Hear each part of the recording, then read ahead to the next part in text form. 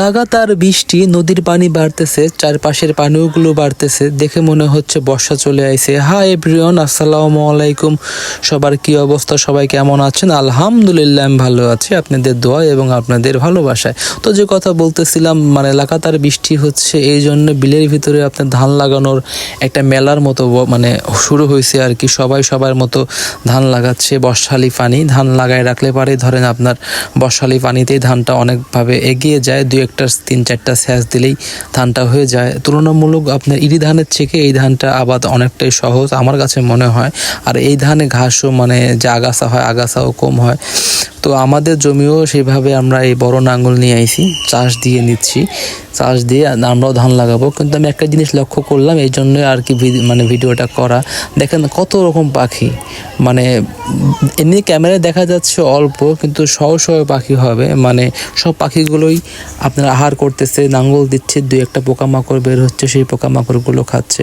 তো এখান থেকে বোঝা যায় যে আল্লাহ সবার আহার, সবার রিজিক আগে থেকে সেইভাবে তৈরি করে রাখছে। কোনো না কোনো একটা অপশনে, কোনো না কোনো একটা কারণে, কোনো না কোনো একটা মাধ্যমে আপনার রিজিক আপনার কাছে পৌঁছেই যাবে। তবুও পরিশ্রম করতেই হবে।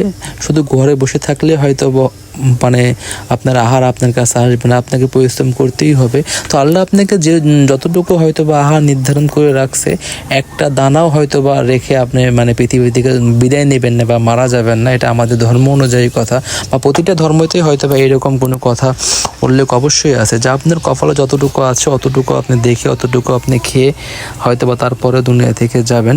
তো এই পাশ দিয়ে হচ্ছে আপনি পাট লাগাইছে, এরা পাট কেটে তারপরে ধান হয়তো বা লাগাবে।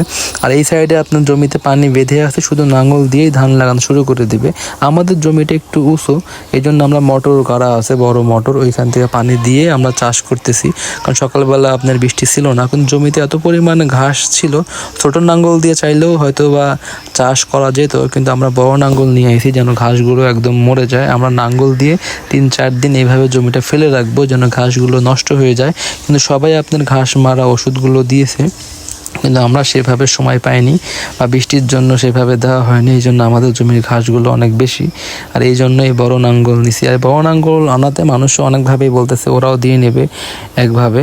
তো আল্লাহ এখন যে হারে বৃষ্টি দিচ্ছে, সে হারে হয়তো পানি আমাদের তেমন লাগবে না, অল্প একটু পানি দিলেই ধানটা হয়ে যাবে। তো চাষ করতেছে। আর উপরে তো আমাদের বেসন অলরেডি রেডি হয়েই গেছে। 1 মাস আগে বেসনগুলো চেড়ে রাখছিলাম, সেই বেসনগুলো অনেকটাই বড় হয়ে গিয়েছে, তাই এখন জমি রেডি করতেছি। মোটামুটিভাবে সব কিছুই কমপ্লিট আলহামদুলিল্লাহ। 1-2 দিনের ভিতরে আমাদের ধান লাগানো এই জমিটা কমপ্লিট হয়ে যাবে। তো সবাই ঠিক আছে, ভালো থাকবেন, সুন্দর থাকবেন, সুস্থ থাকবেন।